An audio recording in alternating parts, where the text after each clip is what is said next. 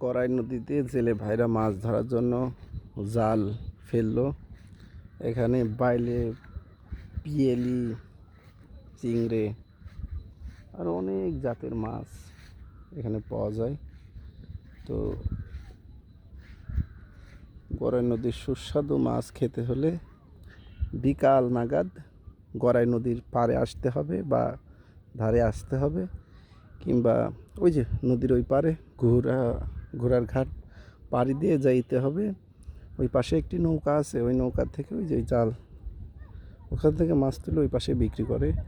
বা সকালে, প্রতিদিন সকালে মিলিসেন্টির বাজারে এই জেলে ভাইরা মাছ নিয়ে যায়। আর টাটকায় নিতে হলে এখনই আসতে হবে, প্রতিদিন বিকালবেলা। ওই কক্সেট বা পেটিতে মাছ বরফ দিয়ে ধুয়ে দেয়। টাটকায় নিতে হলে প্রতিদিন বিকালে আসতে হবে। জেলে ভাইরা জাল ফেলছে, এখন নৌকা স্টার্ট দেবে, দিয়ে টানবে।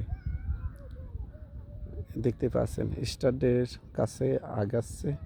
আমি একটু জুম করে দেখাই বিষয়টা। এই দেখেন, এখন স্টার্ট দেবে নৌকা।